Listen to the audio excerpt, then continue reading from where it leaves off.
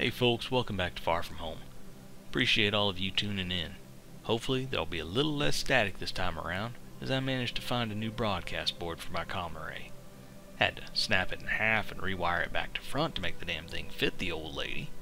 But luckily, Shanna's always been pretty accommodating when it comes to me fiddling about underneath her skirt. Got to appreciate that about the 32 Lancer. Sure, they break, but it is one fun ship to fix. Hell, if the co-pilot seat hadn't fallen out, would I have ever thought to put in the mini cooler? For those of you keeping track, I'm floating above Hyperion right now. Man, is it a sight. Down below, the dust storms are a nuisance at best and a killer at worst. But up here, they make for one magnificent sunrise. Swung by Fora for a stop and fill, and some of those meat stick things they have at Purgatory. I don't eat a lot of meat these days, but when I do, for whatever reason, I sure as certain want that flesh served to me on a stick. Something primal about it, maybe. Being up here on your own, you get to know yourself a little better than most. But that's the cerebral part, the deep part. The other part, the physical part, well, you get disconnected from your caveman DNA that says, fire good and meat stick better. Give me a horizon and sky above, and I completely regress to a primitive. I hate to imagine what people think of me when I do go planet-side. Jack knows me well enough by now that when he sees me coming, he just sets out the extra napkins and waits till I'm done eating, before even attempting civilized conversation. It was Jack who pointed me in the way of the Aurora that I reclaimed the broadcast board from. Poor thing had crash-landed a few days prior. From nearest they can tell, the pilot had laid in a course for Hyperion when it happened. Died right at the stick. Just sorta gently slumped forward and that was that.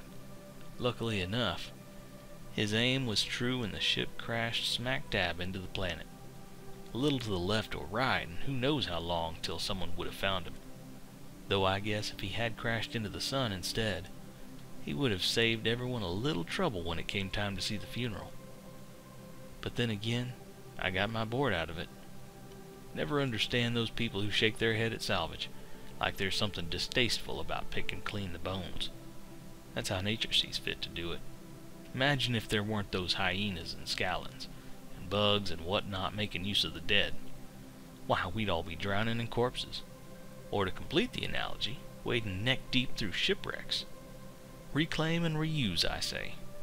Anyway, thanks to the Aurora pilot. I hope he found his way in the end.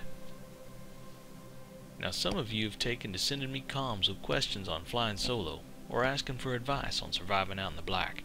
So I figured I could do another pass at answering some of those inquiries for you today. Got one here from Colton out of Coral, who asks, any tricks to avoid boarders while you're sleeping? Colton here is suffering from an affliction that I find hits most people when they first start going solo. I call it sleep madness. People lie down in their berths with nothing but the hum of the filters to fill their thoughts, and their minds begin to wander. What if my ship drifts into the sun? What if an asteroid crashes into me? What if my berth gets stuck and I can't open it and I die screaming for help? What if outlaws find me? My initial answer to all these is the same. It might happen.